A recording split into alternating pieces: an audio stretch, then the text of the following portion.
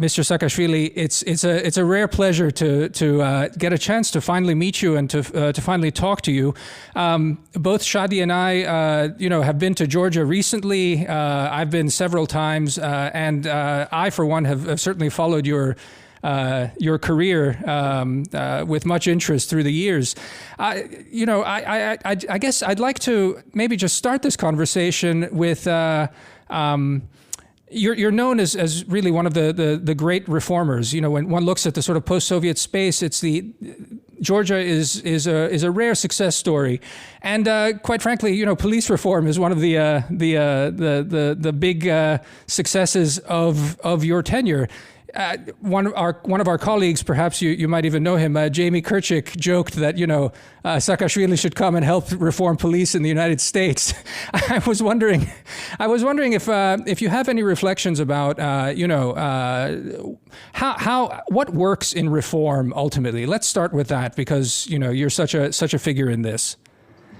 Well, I think what ultimately works is public trust, because I've heard very often that people have been saying, well, it's hard to do reforms because they're not really popular. People don't understand them, so the fate of reformer is not to be envied. In fact, it's exactly the opposite. If you're a real reformer, you do something that affects the life of people in a good way, and if the reform that really affects them in a good way, the reform with the results of which they can feel instantly and appreciate, is the real one.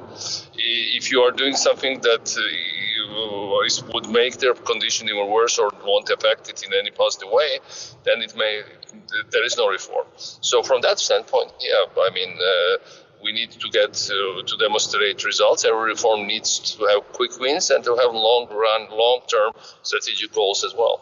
And Mr. Saakashvili, Shadi Hamid here from the Brookings Institution. Sure. I'm when you're watching from abroad and you're seeing the protests and unfortunately some violent rioting as a minority here in the U.S., are you surprised about what you've seen? How are you sort of processing these images? Look, the experience of foreigners or domestically, or people living in the U.S.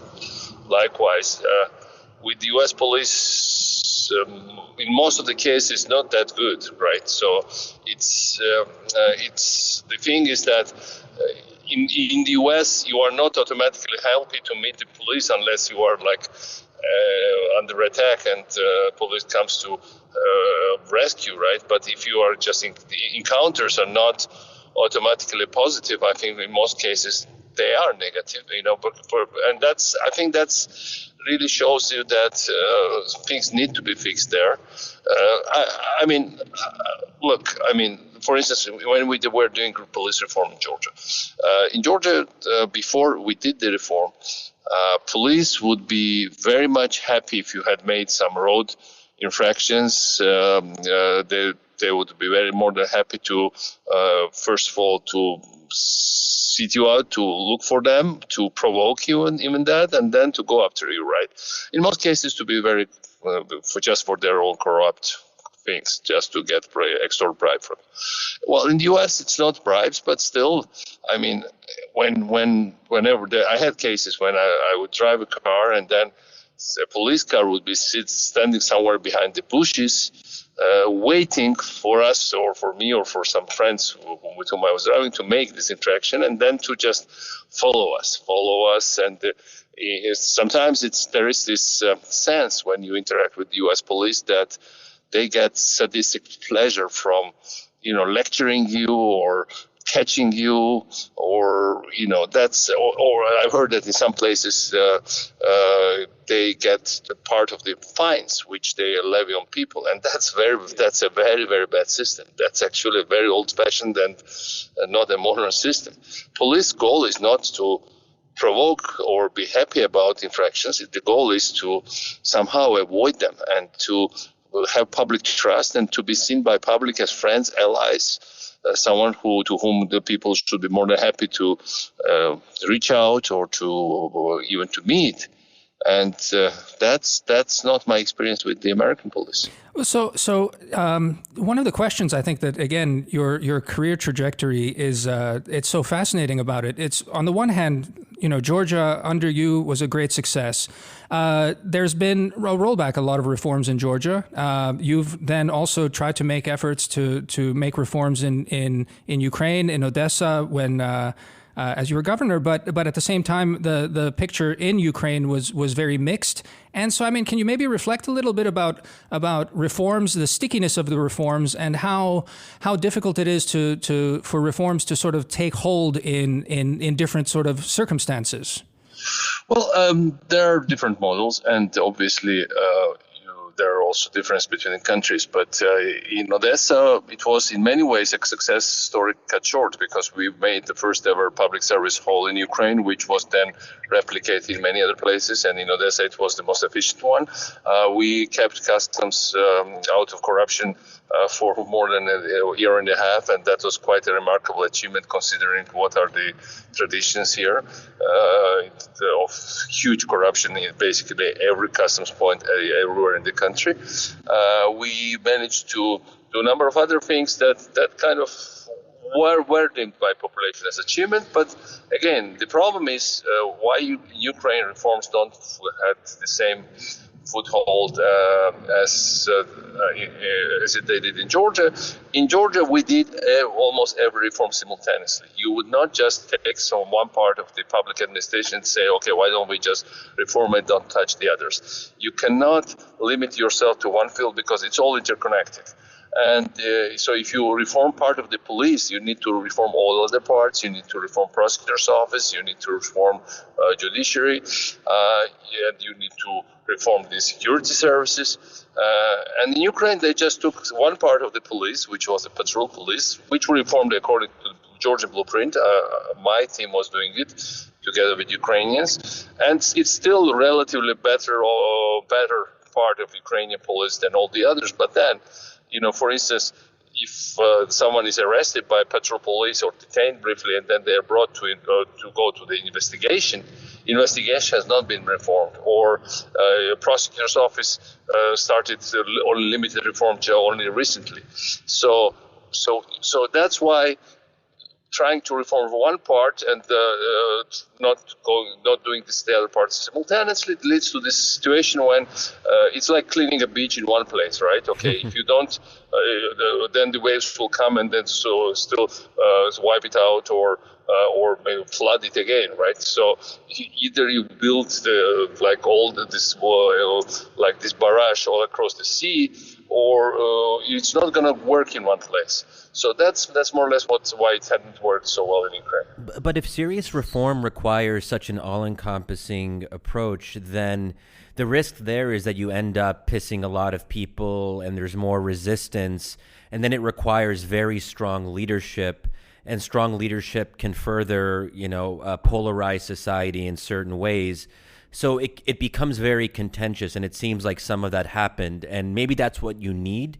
You have to accept that there will be opposition and it will be contentious. But, I mean, looking back at your own tenure as president in Georgia, were you surprised by the degree of resistance and opposition to your reforms, or did you expect that it would be that difficult? In Georgia, because people felt the instant impact, a positive impact on them, they were very popular. The only problem is that people appreciate it initially, but then they kind of get used to them. But the people whose private interests you touched or whose special interests you've rooted out, they seem to remember it very bitterly, and they're waiting for the moment. They're sitting you out for the moment when they can really get you. So in Georgia, at any moment of after we started to for instance, fire all these old bureaucrats and replace by new non-corrupt ones. But the old ones, we didn't send them to Siberia, right? Or we didn't shoot them. They would continue to live in the downtown of the capital, nice houses, drive around in their nice cars. They still had lots of leverage, and every time They needed to undermine us. They were out there staging violent rallies, buying lots of media coverage, looking for any mistake we made and to make the blow up its importance and make people shocked by it. So that's how they acted. Now, so the window of opportunity for reforms eventually locks down because shuts down because people, as I said, you get all these results which people are appreciated by people, but then they stop to appreciate it while the enemies keep hating you all the time. However, what is important is that people stop to appreciate the reformers. It's quite fast, but when they try to roll back some of those reforms, it doesn't really work. What's really happening in Georgia, that system we had created is still in place, and the government that came with all the slogans to uproot it actually couldn't undermine most of it. And that's the most remarkable part of it. We created state institutions that are quite strong. You look like how Georgia is coping with COVID epidemic here better than any of the post-Soviet countries. Why? Because we had really functioning, non-corrupt institutions, very good healthcare system, which doesn't exist in Russia, Ukraine, or in neighboring Armenia. So that's where we were. On the other hand, if you look at, but in Ukraine's case, there is this thing, sometimes we say, well, corruption is like a tumor, like a cancer. But in fact, one friend was recently telling me, it's a wrong way to describe it. In fact, corruption is an organism. And that organism thinks that we who are trying to fight corruption, we are the cancer, we are the tumor. And so far, that organism of corruption, which is like fully self-functioning organism on its own, is fighting us off quite successfully, this tumor. So, tumor of anti-corruption fighters. So, again, that's how you start to kill that organism. Because in Georgia, we really killed it.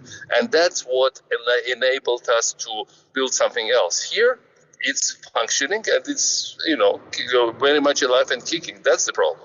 Well, so just to follow up on what you just said and Shadi's question, I mean, it gets into the question of politics, and in Ukraine, even after Maidan, there was still factional. There wasn't a consensus, like a consensus because of outside interests, of oligarch interests, and different political factions and parties, and of course, Russian invasion, impossible to do during the course of a war, but can you tell us a little bit about then your situation, your attitude, your feelings right now about Ukraine? You've been appointed as the head of this new anti-corruption body by President Zelensky.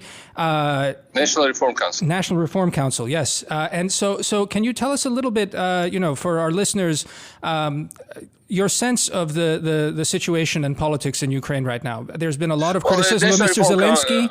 There's been some criticism about Mr. Zelensky, but at the same time, to your point about the nature of politics and what's necessary to do the kind of reforms. Can you reflect about that tension a little bit that Shadi was addressing?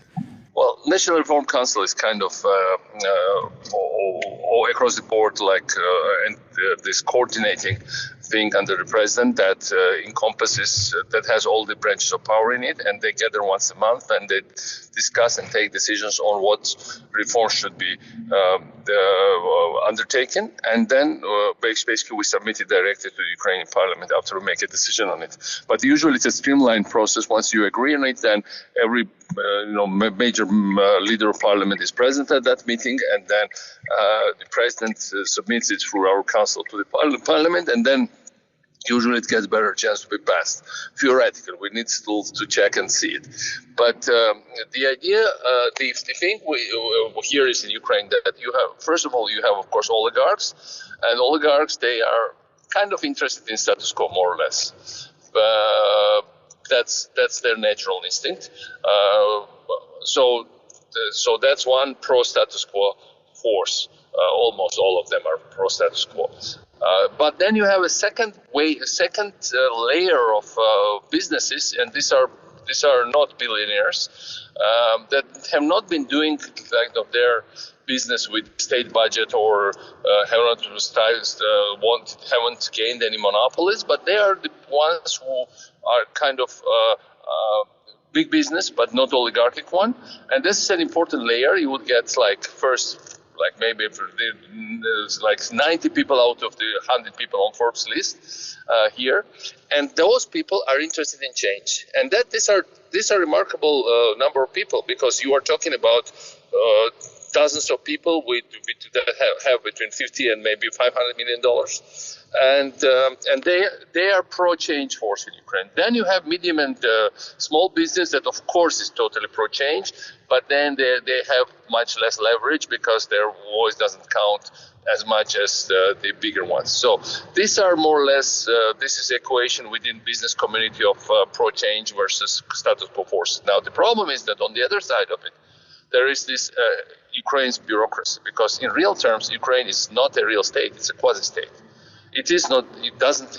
Ukraine doesn't have functioning state institutions. But despite being the largest country in Europe, but what Ukraine has very well existing bureaucracy that and bureaucrats that represent not a state interest, because state doesn't really exist, but represent interests of very concrete people and clans, and every bureaucrat knows more or less whom he represents as an oligarch, whom he represents as a corrupt interest, and they're very powerful. I mean, you can see wherever you go, whatever you touch, you immediately encounter those interests, and they are powerful. They know how to defend themselves.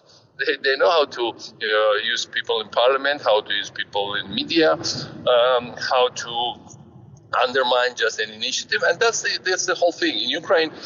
Look, I mean, when I came here to work for Ukrainian reform, I made a number of speeches, and they were widely acclaimed. And it was in early 2014 when I watch or hear some of the speeches again. Nothing had changed. Maybe names had changed, but all the same issues are very important, and even more. Some of the Ukrainian reforms have been saying it for the last 25, 30 years, and we've been just saying it, and things have not been happening. And one should ask why they are not happening, because there are many others who don't want them to happen. And this is this enshrined, corrupt, huge organism, body that is very powerful here. Are you optimistic that in your new role that you can actually make headway against this? This entrenchment? President Zelensky, obviously, personally, is not part of corruption, and that's already a big advantage, because when the first guy is not personally in any of the shadow transactions, that helps. Now, that does mean that he doesn't have to make compromises. The problem is that those who are, they're so powerful that they can block some of his initiative, and sometimes that's trade-off. Even if Ukrainian people gave him full carte blanche by giving him parliamentary majority and that's telling him, okay, here is your majority, you don't need to have big coalitions, but it really didn't work out that way. He still has to build coalitions, because people whom he brought into parliament, not all of them were, first of all, some of them were from the very beginning representing those shadow interests without Zelensky really filtering them, but it was very hard to filter them in such a short period of time. And second, some of them just switch sides when they're inside, because the temptation from the other side is quite big. I mean, Zelensky is not giving them any corrupt incomes, but the other side is offering them that, and not like many people cannot really resist it here, right? So that's why he now has to build coalition. So that's a problem. But the thing is that now Ukraine is hit by a huge economic crisis. I've been talking to heads of, to the people who have these big retail chains, and they're telling me that even after quarantine has more or less been eased, they still have 25 to 30% drop in their sales, which means that people are really going to get quite desperate. Budgetary crisis is going to widen. IMF money that has been given as a first tranche will not cover most of Ukraine's needs for the budget, and the problem. There might be not only big economic crisis, but also big budgetary crisis, which can lead to political crisis. But I see a crisis not only as a challenge, I see it as an opportunity. Because maybe when things are really bad, things are going to improve after that. Because as Obama used to say, they would get worse before they get better, right? Because the problem here is, look, for this 30 years, there was an automatic assumption in Ukraine that no matter what, Ukraine will always have enough grain, steel, some other things to sell. It would have enough of all internal transactions and external transactions, and it could feed very well internal bureaucracy, all these corrupt clans, and still survive. So that was the assumption. It's no longer the case. Yeah, yeah. So, and just to shift gears a little bit, I'm really curious. I'm not someone who follows Ukraine or Georgian politics very closely, and as an outsider, and following your career, one thing that I found kind of intriguing, but also a little bit surprising, is how fluid conceptions of identity are. Because you were previously the president of Georgia, then you became the governor of a province in Ukraine, and now you're still in Ukrainian politics. So I think for me as an American, I think to myself, that's sort of like me, being born and raised in America and then deciding to run for office in Canada in the middle of my career. Maybe that's not the best comparison, but for our listeners who might not be very familiar with how identity works. There are such cases when, like, some Americans have been, but in this part of the world, nations are really intertwined, and problems and challenges are really very similar. That's first thing. I came to study Ukraine as a very young guy, and overall, I had spent 14 years of my adult life in Ukraine, so it's quite a lot of time. But it's not about me personally, but it's about challenges and things we encounter here. And that's why people can identify with me from time to time. There were periods here where I was the most popular politician in Ukraine for protracted periods of time. I was perceived as a threat by existing elite, and that's also kind of, and this makes it the case for the fact that I was standing up for something real. But in many ways, it's a unique experience. Of course, I agree. You don't see many parallels, or you don't see any parallels basically with the world of today. But if you look carefully what we achieved here, many of the Ukrainian reforms that had been done, they do carry Georgian DNA. Police reform certainly was done by Georgians. The public services reform, most of it has been done by Georgians. The electronic purchases of transparent auctions for state contracts, it was a Georgian-initiated system, of course, which Ukrainians kind of adapted to their own way. But in many ways, we suggested there. I mean, I would say, most of the reforms that have been more or less had positive impact on Ukraine lately, they have had some Georgian roots, or even Georgians running them, because first head of Ukraine's national police was Georgian from my team, for deputy prosecutor general who made the most historic and important arrests of corrupt prosecutors was David Saakashvili. He was formerly deputy prosecutor general in Georgia.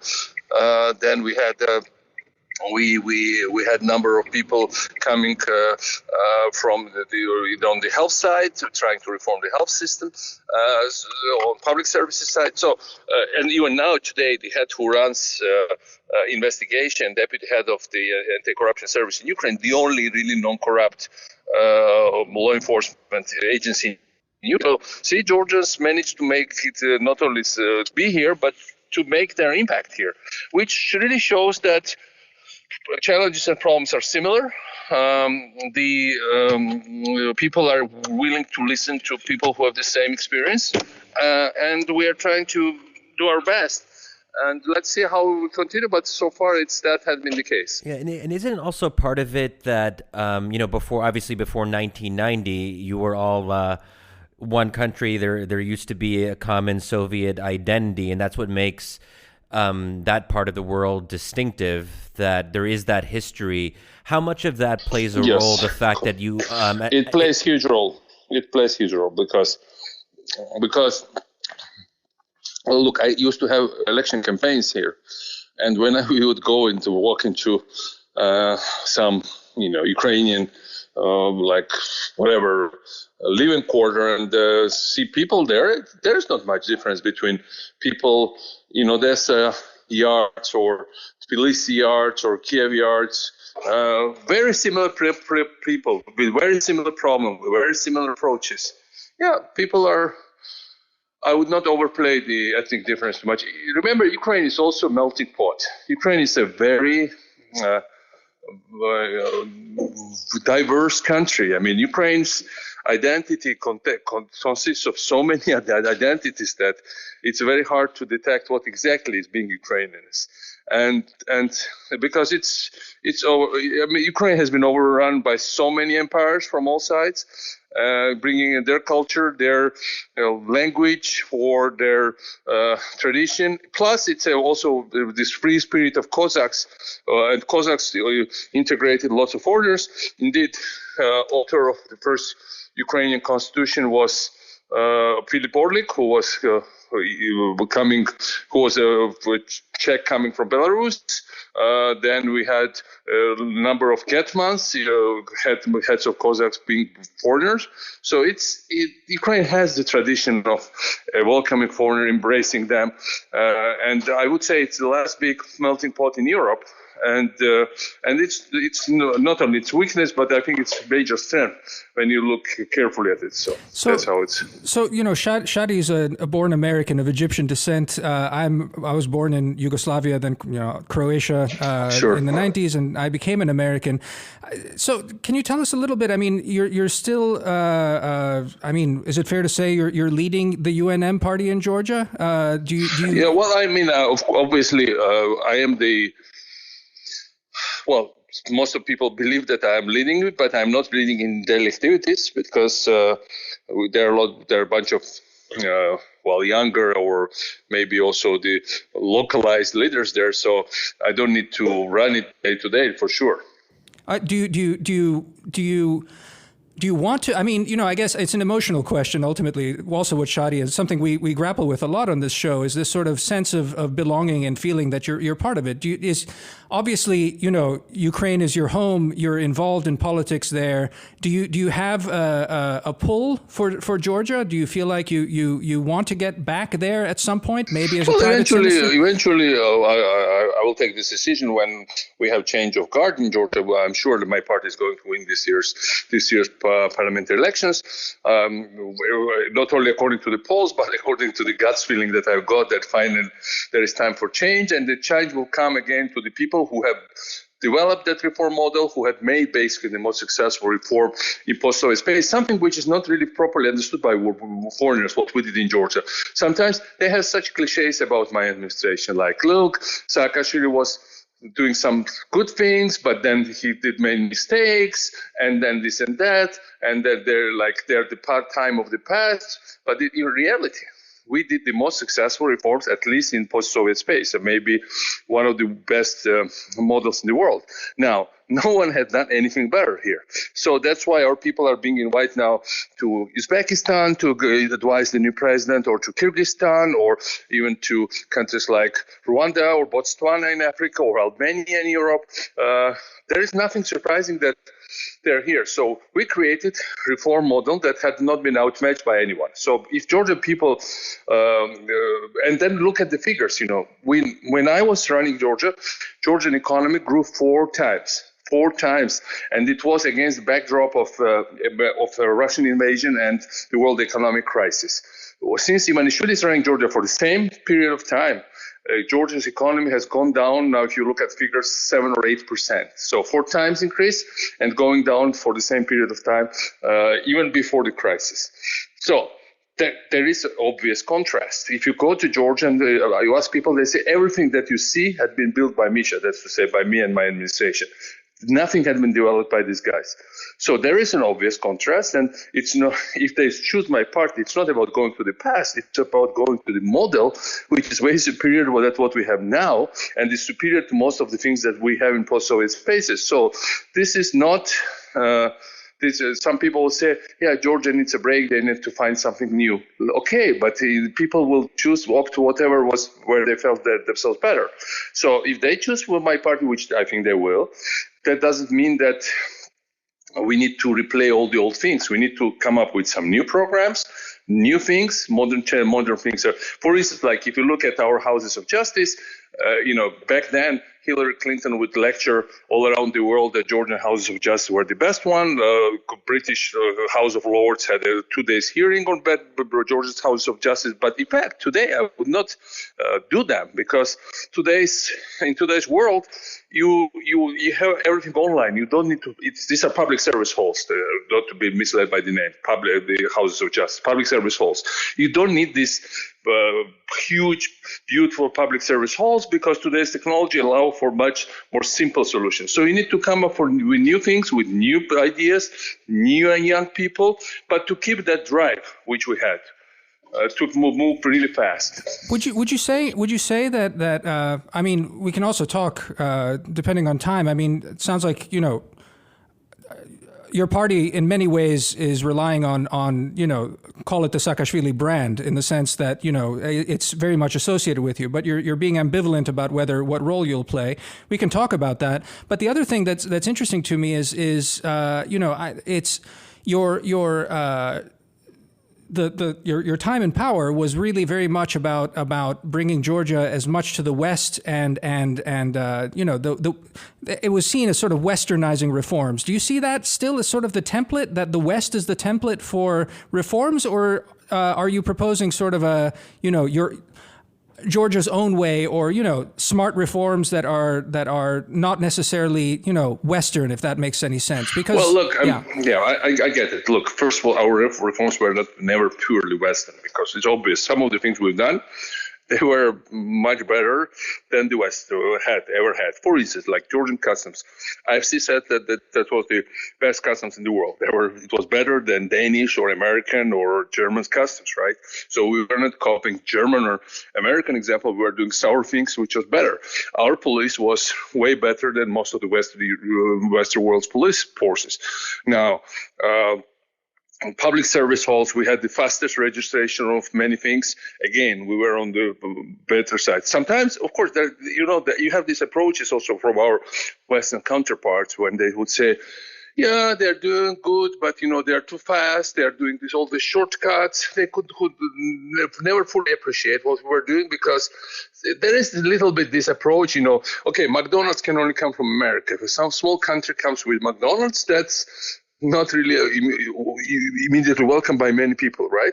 The same thing for state administration. If you come up with something more innovative, there is an automatic suspicion that it's not what it should supposed to, what it looks at on the surface of it, right?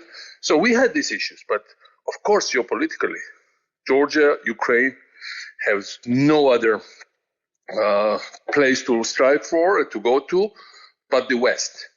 Of course, we see all the shortcomings of the West. Of course, we know that Europe is massive. Of course, we see the problems in, say, the United States. But what are the alternatives? The alternative is a feudal, backward, brutal model of Putinism, or some other dictatorships. That's not an option for our countries. Of course, democracy with all the shortcomings is still the best one, and the real democracy still only exists mostly in the West. That's the point to it. And on this point, I mean, one debate that we're having now here in the U.S. is that with these, with riots, with political violence, with increasing tension over whether Donald Trump will win another term and whether the other side will accept democratic outcomes. So if Trump wins, will Democrats accept that? And if Biden wins, will Republicans accept that? Do you feel like that the Trump era has made it harder to sell the idea of these so-called, I know they're not, as we said, they're not fully Western reforms, but sometimes that's the way they're perceived. As American soft power declines in the Trump era, if you agree with that characterization, does that make your job harder? Look, Donald Trump, he used to visit Georgia as a businessman, but already basically as a seasoned politician by that time. And he was praising very widely Georgia reforms. He was saying that it's a model that America should copy.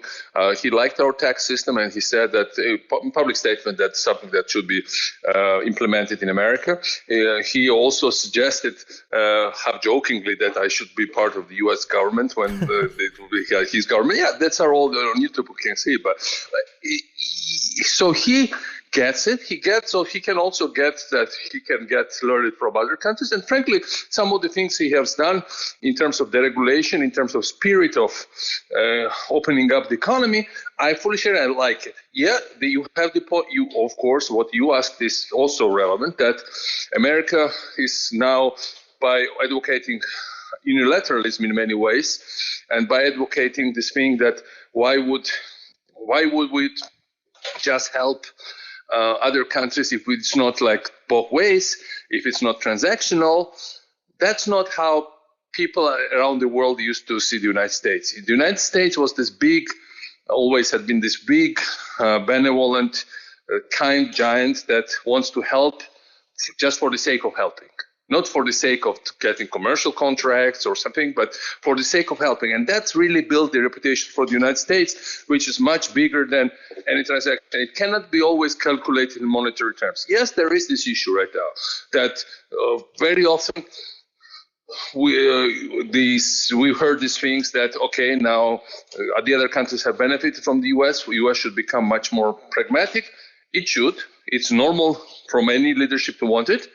But this idealistic part of it, this, if you want, this charitable part of it, should not be lost. That's very important. Yeah. And this is fascinating what you say about Donald Trump. I wasn't aware that Trump was aware of Georgian reforms. Oh, he was very, very, very much fascinated by it. Oh, wow. And he was even when he was in Georgia, he was calling major U.S. television shows that bombarding them with some news about Georgian reforms and etc. Yeah, he liked what he saw as a less intrusive government, more open tax system, very fast things, very deregulated economy, and basically what he saw as paradise for investors. He loved all of that. Can I push you? You mentioned Europe as a mess, and I mean you'll get no argument from us on this. But it's interesting, there's a little bit of this. The tension right now is like where's the mess lie, and one of the debates ends up being between liberalism and this illiberalism.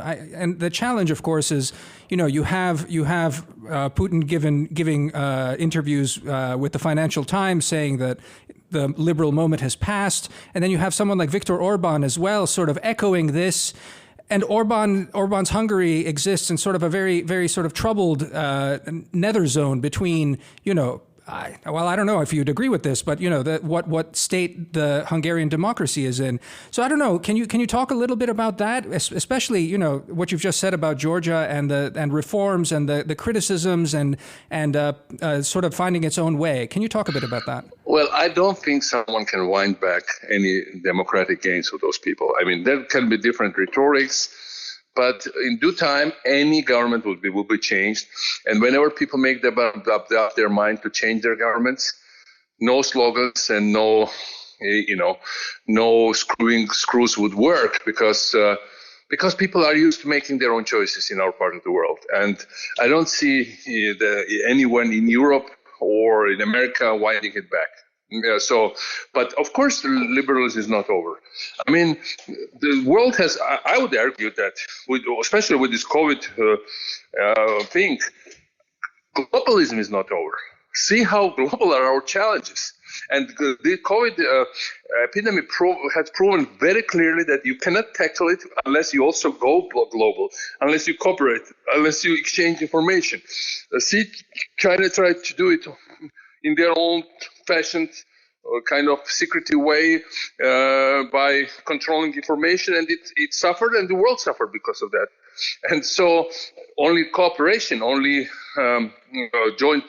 joining forces can tackle these issues. And I think that also means that what we see as a mainstream liberalism is no liberal model is also not gone anywhere, because people want to have transparent government, people want to have choices, people want to have free elections, people want to have possibility to criticize their leaders, and it's a natural instinct of every human being. You cannot go up against the instinct of human being globally when the challenges are global, and we have to tackle them globally, because last thing you want is to go against basic human instincts in that case. And and on this point of basic human instincts, and I know we're we're getting close to the end, so we'll start to wrap up. But we wanted to ask you about the role of religion in Georgia, in particular. And when we talk about human instincts, I mean, I would argue that people want to believe in something, that religion can contribute to a sense of national identity. And when you think about Georgian identity, as far as I can see it, the Orthodox Church is an important part of that. And from what I've read, it seems that you've gone through a certain kind of religious evolution where religion has become more important in your own life. And I don't know how you would describe that, but do you see that as being, when we talk about Georgia building itself as a nation and becoming stronger, what role should the church play, and what role should religion as a basic conceptual framework play? Look, I mean, religion might play a role in my life, but certainly I would not impose it on anybody else, and would not insist that it should play a role in anybody else's life. That's a matter. That's, again, we are going back to basic things. These are human choices, and you cannot impose on human choices against their basic instincts. That's what their instincts are, and this is very personal and private. In Georgia, indeed, you are totally right. It was connected to identity of Georgia's historically, because for a small country run over very often by invaders, that's what sometimes almost the last thing that kept them together, right? But on the other hand, when you look at young people now, they are so different. They are so much more open. They are so critical of everything, anything, and any institution. And many of them are also critical of things that might happen in this church or in another church. That's normal. I mean, they are, again, this is their individualistic world. They travel, they go around. I installed this system where we brought in every year 3,500 Americans to teach, 2,500 Americans to teach English in Georgian schools, the program that was killed by my successors. But for several years, every small Georgian village got an American teacher. So kids got very global. They speak English. They go online. They see the world. They can compare. So this does not allow any dogma to take hold and to impose itself. Of course, sometimes the bad things also spread fast, but on the other hand, people are becoming much more critical of everything. So I'm very grateful for historical role of Georgian Orthodox Church. Georgia is one of the first Christian countries. It's a huge identity for Georgia. It's a huge asset for Georgia, but it can not be a pretext for violating anybody else's thinking or imposing thinking in this, because that's is not going to fly in modern world, and certainly we are trying to be part of that modern world. Just a follow-up question on that. Coming from the Balkans and the role of the Orthodox Church, I mean, it's a complex one. Again, I don't need to even, but just for our listeners. And one of the things is, in fact, how it is a political actor in many ways, and how, not to put too fine a point on it, especially in Georgia's case, it's that your neighbor to the north, Russia, is, very adept at using that. Well, look, Russia has the way how Putin sees restore Soviet Union. You are exactly right. This is his way of saying it's some kind of Orthodox union, which should include, according to him, and in the worst nightmare scenario for us, most of Ukraine, except the Western Ukraine, which is Catholic, Georgia, Armenia, Belarus. So all these countries that have more or less Orthodox Christianity, right? And that's how Russia sees it. Now, the thing is that it's also true that there is this issue with, I would say that we did these reforms, and we were, in terms of reforms, we were the most successful Orthodox country. But the Orthodox Church opposed your reforms as well. I mean, you had fights some of them with them, did, some, not all of them. Some of them did, but as I said, yes. Also, if you look at many Orthodox countries like Greece, Bulgaria, Romania, Russia, of course, and the others, in Ukraine. There is this issue that somehow these countries, I cannot directly trace it to the Orthodox Church, of course, but these countries are kind of had some more issues and more problems than many other countries. That's obvious fact. I would say in Georgian case, We were the most successful, fastest reforming Orthodox country. And that also was a major source of irritation for the Russians. I think when Russia attacked Georgia, was not because some not very savvy Westerners would say we provoked them. Russia attacked us because they wanted to punish us, because they, by themselves, they don't like anyone being successful in this part of the world. They think that Orthodox world is basically more or less doomed to fail. But the Russians, they are the only ones who can, on the one hand, keep chaos and making sure that it fails, but on the other hand, when it fails, to take over and keep some kind of order. That's more or less historic imperial Russian context that is still very much real. Why don't want Ukraine to reform? Very simple. Why are all these pro-Russian factions in Ukraine parliament are so afraid that I might achieve something here, and they're expressing it very loudly? Because if Ukraine reforms, that's the end of Russian Empire. It's exactly the same way there was this issue when Catherine the Great wrote to Friedrich, the emperor of Prussia, we should never allow Poland to start and implement successful reforms, then we cannot destroy it anymore. That's exactly the approach of Russia towards its neighborhoods. So they punish Georgia for reforms, but when, God forbids, for Putin, Ukraine reforms, and then we can prove that another big Orthodox country, basically the largest country in Europe, can really make a difference and change, then it's the end of all these Russian myths, centuries-old myths, not only the new ones, but invented by Putin. Putin is very mainstream from his approach. He has not come up with anything new. He basically is a concentrated thing for all these Russian past imperial ideologies and concepts.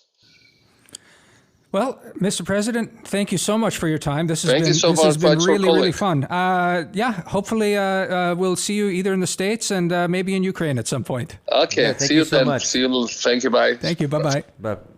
Actually, we're still recording. Oh, yeah? Yeah, what'd you think? Fascinating.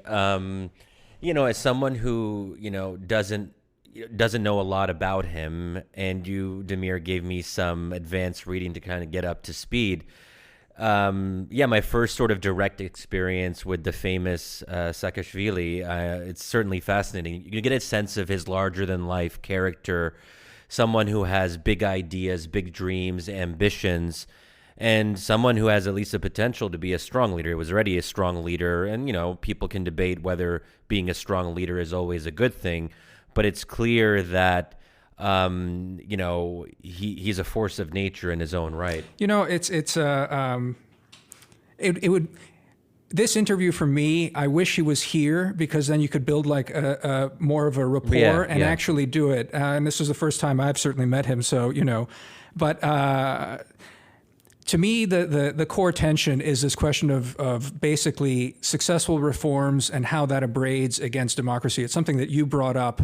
And I think that, as you said, like a larger-than-life character, he's been criticized for, authoritarian tendencies in many ways. But you can see that there's, again, the way he was even talking about coming back to Georgia, not foreclosing and, really associating the reforms with him, and how it's polarizing.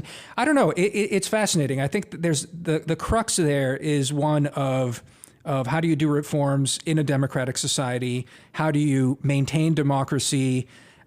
He seems to be talking a good talk, but again, he's clearly, larger in life, very, very ambitious guy. Yeah, and he seems to me to be a small d Democrat, that he is a believer. But precisely as you say, Damir, there's a tension there, because if you want to actually, get things done in a corrupt society, I don't want you don't have to, it's not like you have to become more authoritarian, but there are certain things that will seem to your opponents as having a kind of authoritarian vibe to them. Because at some point, you got to be kind of aggressive. At some point, you got to anger people. At some point, you got to push hard, and sometimes that will be perceived in a certain way. So I don't know if there's any way you can really avoid that entirely, if in fact you are a quote-unquote strong leader who wants to actually implement controversial reforms. And this is a debate that you have in every young democracy, and we had this debate during the Arab Spring in a number of Arab countries, where you would have new democratically elected leaders who were trying to go up against entrenched interests, the deep state, the Ministry of Interior, the military, and you can either be very respectful of those old entrenched interests, or you can push harder. But if you push harder, that is going to be that will get you branded as an authoritarian, as a would-be tyrant, so on and so forth. And we even heard a little bit about this from one of our previous guests, the former mayor of Charlottesville in our own country, Mike Signer, who was making the point that he came in as a weak mayor in Charlottesville, Virginia, and he wanted to actually instill reforms and change the way business was done.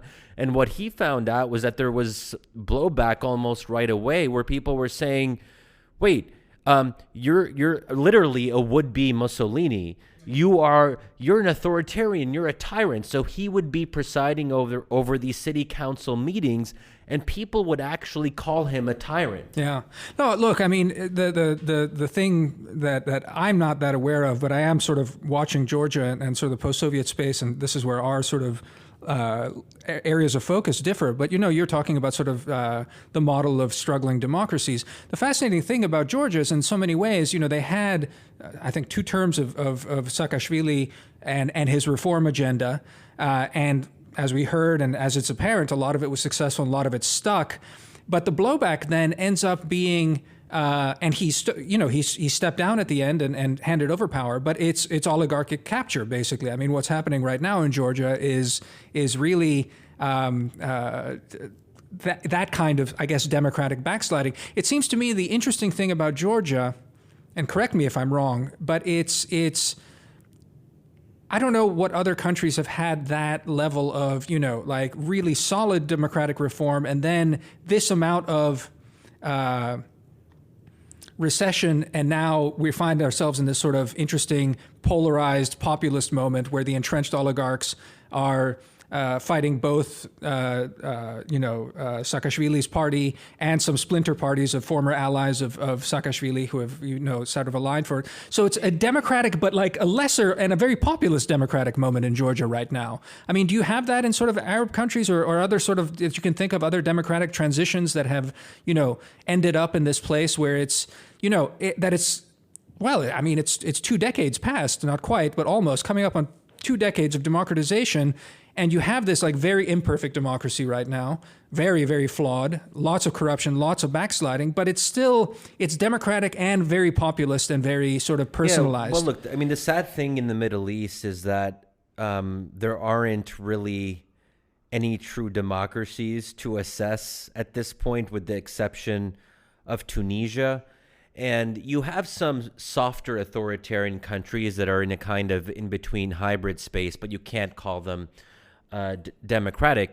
In the case of Tunisia is interesting because in the most recent presidential elections, after about 8 or 9 years of somewhat democratic and an actual democratic competition and vigorous debate and some fears of backsliding, Tunisian democracy is still very much alive for all of its faults. But in this election, they voted for their first full-on populist president. So here's someone who, Kais Saied, who came out of nowhere. If you had brought up his name 2 years ago, no one would know what you were talking about. He doesn't have a party.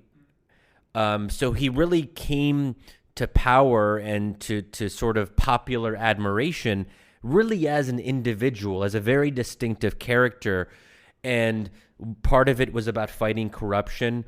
Part of it was being the establishment parties are bad. They're corrupt and they're bickering and they don't have a bold vision for the country. I'm going to come in because I don't have any attachment to the entrenched interests. And I want to bring the voice of the people to politics, and I'm going to have a direct relationship with the people that transcends the party structure. I'm not beholden to a party or these old-style politicians. I'm not the kind of guy who cuts backroom deals in halls of smoke or whatever. So that's what was very interesting. He's also a little bit odd. One of his nicknames in Tunisian politics is Robo Man because he talks like a robot. in a very kind of staccato way. And so he's just a weird dude, but people like his weirdness and his eccentricity. But then he kind of runs into the fact that changing Tunisian politics is difficult, and the expectations that people had as this kind of populist insurgent, that doesn't always lead to the changes people are expecting, and people are impatient. Well, what was fascinating about this, again, knowing a little bit about Georgian politics, right? It's first, it should be clear. I was saying Georgia's a democracy. I don't know how it's ranked now currently with the things. And, they've had all these protests recently to try and reform their electoral system that the incumbent Georgian Dream was trying to keep out opposition parties and do all sorts of things. Last I understand, they've buckled right before the COVID crisis, and the upcoming elections should give opposition parties a better leg up. But the interesting thing about it is, for all its democratic successes, and for all that President Saakashvili is saying here that basically the party is of the young people and he's just on the side, but you still see how proud he is of the reforms, how much they're personified in him, and he's not really running. Well, he's not even running supposedly, but he's presenting himself or his party as running on his legacy, on his very personalized legacy. So not as an outsider, still a very polarized figure. And it's interesting that the incumbent, oligarchic, some would say quite corrupt, current regime within Georgia is running like the outsiders, like keep Saakashvili out. So it's still very personalized politics, despite all of their successes. So it's really fascinating, again, is like how this seems to be operating. How does that work on a left-right spectrum in Georgian politics? And maybe that's obviously not the best way of looking at it, but just maybe for our listeners who are more familiar with American or European politics, we have the incumbent Georgian Dream, which is sort of populist with some authoritarian tendencies. At least that's what their critics say.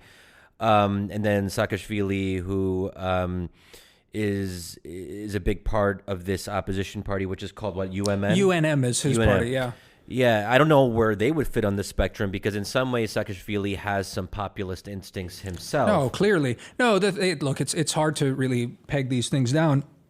One of the things, and we didn't really get to talk to him about it, but it's, the economic reforms I think were also big. He was very proud, clearly, of the customs reforms and things like that. But he was very much a pro-market guy. Yeah, what he said about Donald Trump, to me, I didn't. That's just surprising to me. Maybe that's that you sort of. I had heard something about this, but that was good stuff. No, the interesting thing is again, the more you talk to people, and sort of very broadly in the post-Soviet space, there is no left-right. That's well, on economics in particular, the entire generation, not least of all our dear friend Ani Chikwadze, who helped set this up. It's a whole generation is so seared by the experience of just their parents and the poverty that communism has wrought. Never mind all the imperial stuff that Russia, basically ran all these countries and the depredations and trauma of that, but just the trauma of the economic system. So you have, I think, an entire generation that has completely cut its teeth on these very libertarian style economic reforms. And I think most reformers in the Soviet space end up sort of really embracing a lot of this stuff. Quite frankly, a lot of the early Russians in the 90s did as well. I think the divide, I'm shooting from the hip a little bit, but it ends up being between these sorts of entrenched business interests on the one hand, the oligarchic class, and the means to fighting that being a more market-friendly thing. It doesn't map onto left-right properly. Yeah. Now, of course, the problem is that you can't do politics in any of these countries without money. So behind everyone is some moneyed interest ultimately. As a great philosopher once said, behind every great politician in Georgia is a great oligarch. A great woman oligarch. All right, Shadi. Well, this was fun. Look forward to talking to you again soon. Yeah, talk to you later, Damir. All right, later. Bye-bye.